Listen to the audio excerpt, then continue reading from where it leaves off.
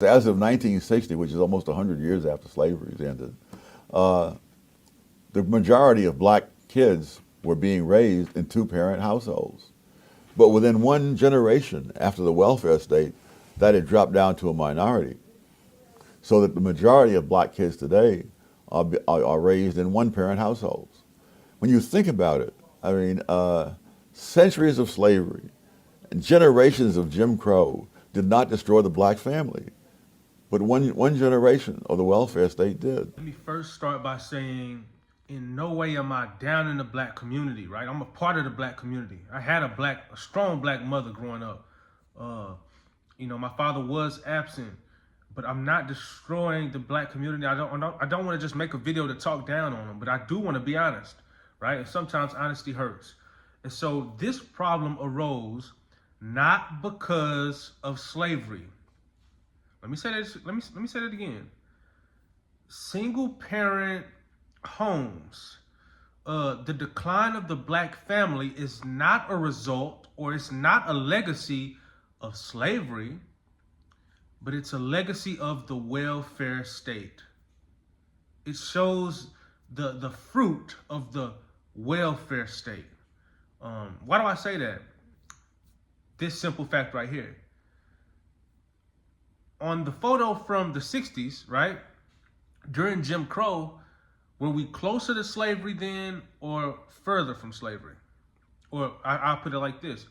Are we closer to slavery now or back in the 60s, in the 50s, or 40s, back then? We know the answer. Clearly, they were closer to slavery, but the family structure looked better back then than it does now. That's Exhibit A, Your Honor, for why I do not blame the state of the black family, the condition the black family finds itself in on slavery, because I see when we were closer to it, our families looked better. Two-parent households were more common. The rate of single-parent households and children out of wedlock was way lower than it is right now. That tells us, okay, we have to. Of course, slavery happened. We're not going to deny it didn't. We're not going to deny that it had consequences and lasting effects, because it did, right? Discrimination, racism has lasting effects. What racism can't do is destroy the structure of family. What discrimination can't do, what telling you, you can't come eat in my restaurant, what that can't do is break up the family home, the structure of the home. It can't. The welfare state did that. The welfare state literally incentivized not having a man present in the home. We've been talking about values lately. And what's values? Values is what I think has worth. And I think a person's values directly correlate to their quality of life. Some people live above their means, for example. Why? Because they might value things like, eating out at restaurants, might value things like driving certain vehicles even though they can't afford them. They can't afford them, but guess what? They place such high value on it that they break their backs just to drive it so they can appear wealthy in front of others. So that's an example of how what we value can directly affect our lives. And so many of us, man, I'm not talking from this high and mighty point either. Like, I'm talking to myself. I've had to learn, like, Jalen, what are you valuing? What are you valuing? When I look at the welfare state, I just said it. They incentivize not having a man in the home. In other words, if you don't have a man, you can receive, benefits from us.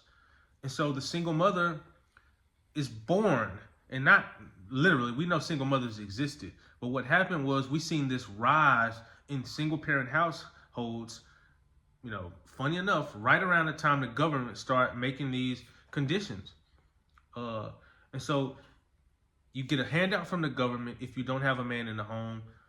And some women, not all, some value that handout over family structure, over leadership for my children, over a masculine presence in my home.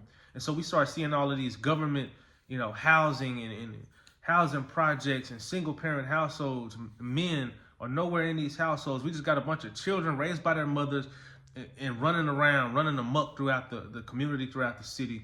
And we've seen the destruction that is taking place because of it. I think when people work for what they have, they respect what they have. They value what they have. You value, it's just human nature. You're going to value something a little more when you worked hard for it yourself. Rather, if somebody just gives you money.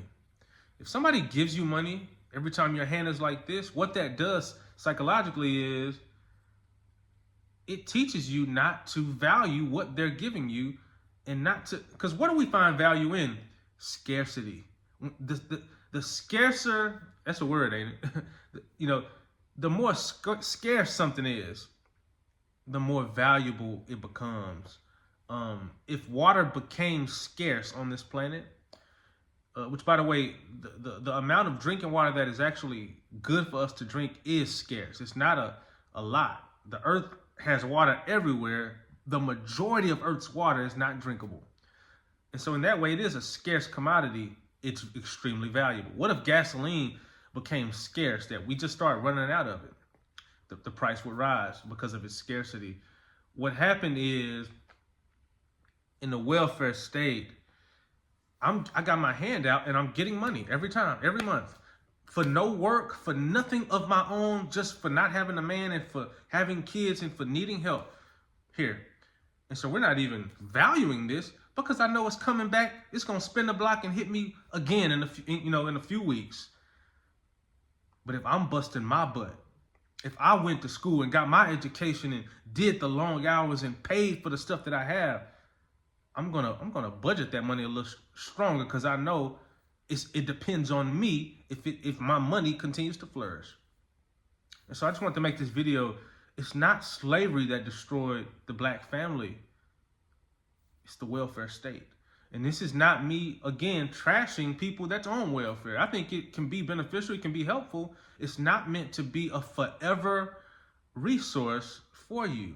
It's meant to help you get on your feet so you can get on your feet. It's your boy Jalen, man. This is Plant Life TV.